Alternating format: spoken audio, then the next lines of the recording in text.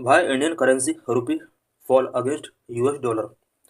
In this article, we will discuss about various reasons of falling of rupees against dollar. Why in which? In the last week of December 2024, the rupee breached the 85 mark against the US dollar, touching an all-time low of 85.81.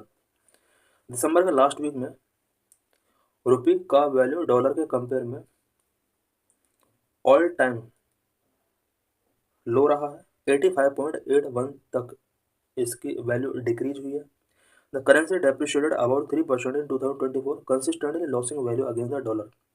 2024 में about 3% तक रुपए का जो value है वो dollar के compare में depreciate हुआ है, और डॉलर के कंपेयर में कॉन्स्टेंटली ये अपनी वैल्यू लॉस कर रहा है।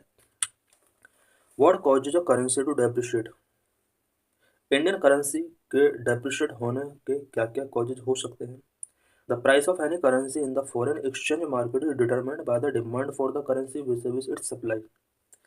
किसी भी फॉरेन एक्सचेंज मार्केट में कोई करेंसी का प्राइस जो डिटरमाइन होता है वो उस करेंसी की डिमांड एंड सप्लाई के बेस पर डिपेंड करता है। Currencies are exchange in the forex exchange market. Foreign exchange market में करेंसी का एक्सचेंज होता है। This is similar to how the price of any other product is determined in the market place. ये कुछ इसी तरह से है जिस तरह से किसी मार्केट प्लेस पर किसी प्रोडक्ट का प्राइस जिस तरह से डिटरमाइन किया जाता है डिमांड एंड सप्लाई के बेस पर, उसी तरह से करेंसी की वैल्यू भी डिटरमाइन की जाती है। A currency depreciate against a foreign currency when the demand for it in terms of the foreign currency drop compared to its available supply in the market।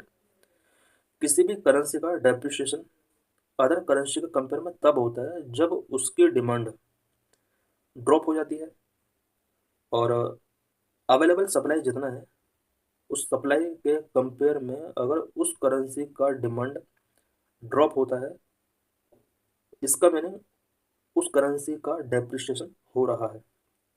When the currency's value depreciate, the value of the foreign currency automatically appreciate on the other side।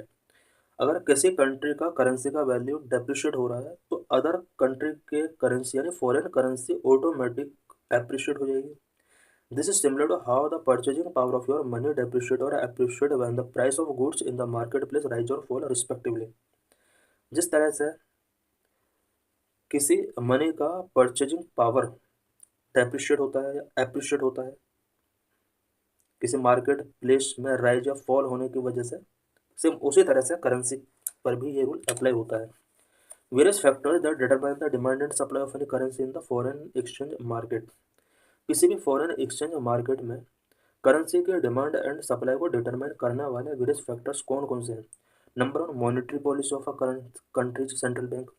किसी भी country का central bank का monetary policy क्या है, इस पर भी depend करता है कि कंट्री का जो करेंसी है कितना डिमांड और सप्लाई होगा। Demand by foreigners for the goods and states. Goods and state को बाय करने के लिए फॉरेनर्स के द्वारा करेंसी का डिमांड कितना है ये भी डिसाइड करता है उस कंट्री का डिमांड एंड सप्लाई क्या होगा। Number of monetary policy of a country central bank. If a central bank adopting a looser monetary policy compared with other central bank, supply of its currency in the market increase, currency's value drop। किसी country के central bank ने अगर loser monetary policy adopt किया है तो इसकी वजह से सेंट्रल बैंक अदर कंट्री के सेंट्रल बैंक के कंपेयर में अगर कंट्री ने लूजर मॉनेटरी पॉलिसी अडॉप्ट किया है तो इसकी वजह से करेंसी का मार्केट में सप्लाई इंक्रीज होगा, करेंसी की वैल्यू यहाँ पर ड्रॉप होगी। If central bank adopting tighter monetary policy, supply of currency decrease, the currency value increase.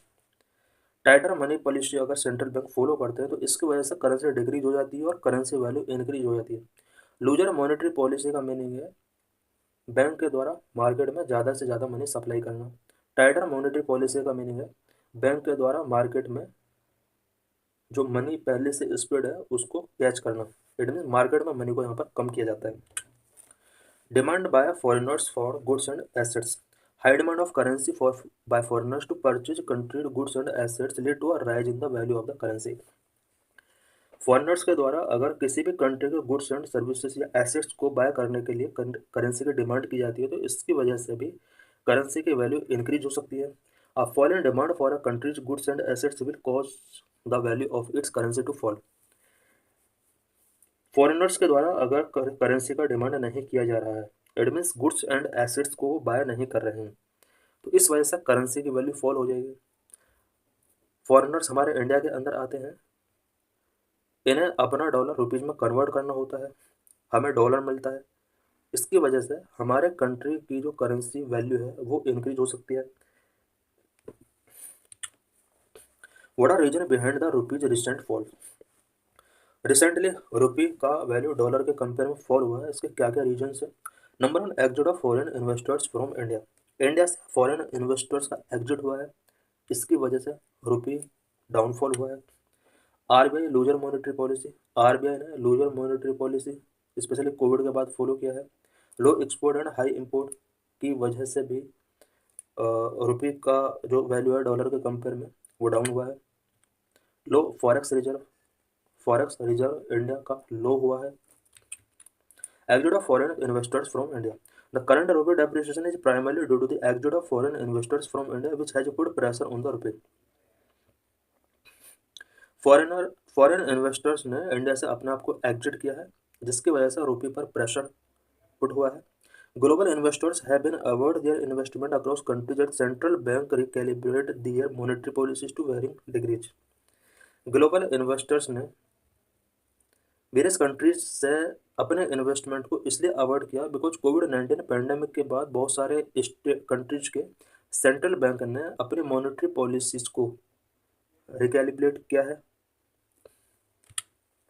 RBI looser monetary policy, longer term trend of rupee depreciation against the dollar is attributed to higher inflation in India than in the US due to RBI's looser monetary policy compared to US Federal Reserve. US federal reserve के compare में India के RBI ने looser monetary policy को adopt किया था। India के अंदर higher inflation हुआ और रुपी इसकी वजह से डेप्रिसिएशन हुआ। Low export and high import, India traditional demand for high value import such as crude oil and gold boost demand for the dollar and weakens the rupee. India ने last कुछ years में high value imports such as crude oil, gold की वजह से यहाँ पर जो demand है डॉलर का वो इंक्रीज हुआ है और इसकी वजह से रुपये काफ़ी वीक हुआ है। Low export have contributed to the deprivation of the रुपये का डेप्रीवेशन इस वजह से भी हुआ बिकॉज इंडिया का एक्सपोर्ट काफ़ी लो रहा है।